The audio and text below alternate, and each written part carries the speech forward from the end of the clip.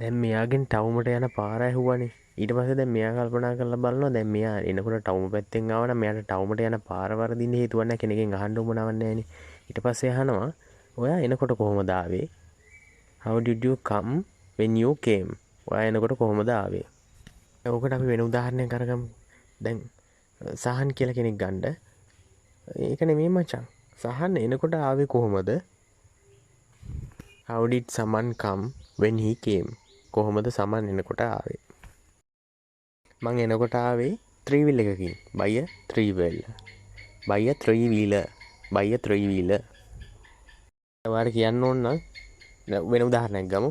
අනේ මට මේ 3 wheel වල එන්න තරම් සල්ලි නැහැ. මම බස් එකකින් ආවේ කියලා කියන්න ඕන. by a bus. by bus. by bus by 3 wheeler කියන වෙලාවට ඔයා BUY කියලා දාන්න එපා. BUY කියලා දැම්මොත් ඒක සල්ලි වලට ගන්න වෙන්නේ. ඊට පස්සේ ඔයා බස් එකක් සල්ලි වලට ගත්තා වගේ තියෙයි. ඒක නිසා මේ BY කියන නිපාතය අරක ක්‍රියාවක්. ක්‍රියාපදයක්. මේක නිපාතයක්. අන්න 3 wheeler එකක් එනවා. ඒක නවත්තන්න වාට එකෙන් යන්න පුළුවන්.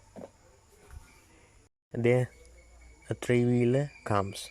3 wheel එකක් එනවා. Stop it. ඒක නවත්තන්න. You can go by that. වාට එකෙන් යන්න පුළුවන්. දැන් ඔයා කෙනෙක්ට ඔයාට කෝල් කරනවා කෙනෙක් කියලා හිතන්න. ඒ කෝල් කරනකොට ඔයා ඉන්නේ බස් එක ඇතුලේ. ඔයා එහෙම වුණොත් කියන්නේ I am by bus නෙමෙයි. ඔයා කියන්න ඕන I am on the bus. මම බස් එක ඇතුලේ ඉන්නේ. ඔයා ගමන් කරන්නේ එහෙම නැත්නම් යන්නේ බස් වාහනයක යන වාහනේ අදාළ වාහනයක් නම් ඒකට තමයි by ආදේශ කරලා කියන්න ඕන. ඔයා යම්කිසි වාහනයක් ඇතුලේ මේ දැන් ඉන්නවා නම් කියන්න ඕන බස් එකක් වගේ ඉඩ පාඩුව තියෙන තැන එකක නම් on කියලා දාන්න ඕන. කෝච්චිය on. කාර් එක ඇතුලේ නම් in කියලා දාන්න ඕන. හේතුව ඔයාට එහෙම කාර් එක ඇතුලේ ඇවිදින්න බෑ. ඉඳගත්තුම තමයි හිටගෙන යන්නත් බෑ. හෙලිකොප්ටර් එකත් in. ප්ලේන් එක on. ප්ලේන් එක ඉඩ කඩ තියෙනවනේ එහෙම යන්න.